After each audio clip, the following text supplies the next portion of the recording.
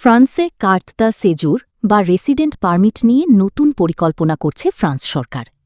ফ্রান্সের স্বরাষ্ট্রমন্ত্রী আজ ১৫ এপ্রিল বুধবার ঘোষণা করেছেন, ফ্রান্সে অভিবাসী বা বিদেশিদের জন্য কার্ট দ্য সেজুর বা রেসিডেন্ট পারমিট আবেদন ও নবায়ন প্রক্রিয়া সহজ করতে একটি নতুন পরিকল্পনা হাতে নেওয়া হয়েছে।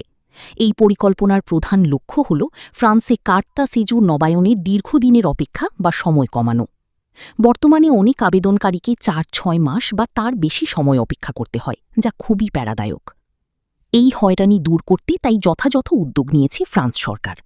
এর ফলে কার্ট দ্য সেজুর নবায়নে অপেক্ষার সময় কমবে। সময় কমিয়ে প্রায় ৫৫ দিনে আনা।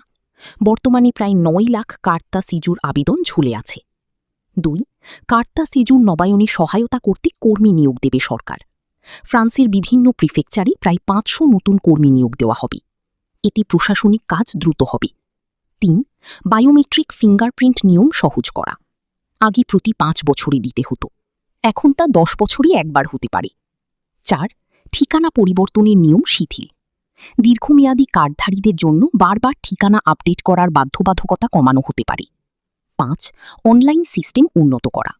আবেদন প্রক্রিয়ায় থাকা প্রযুক্তিগত সমস্যাগুলো সমাধান করা হবে।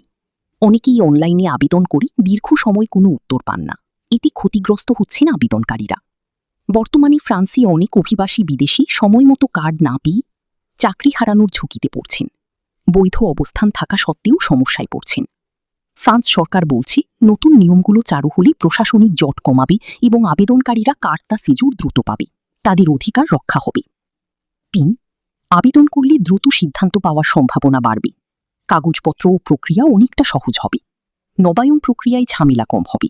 এতে ফ্রান্সের অভিবাসীদের দীর্ঘদিনের ভোগান্তি দূর হবে।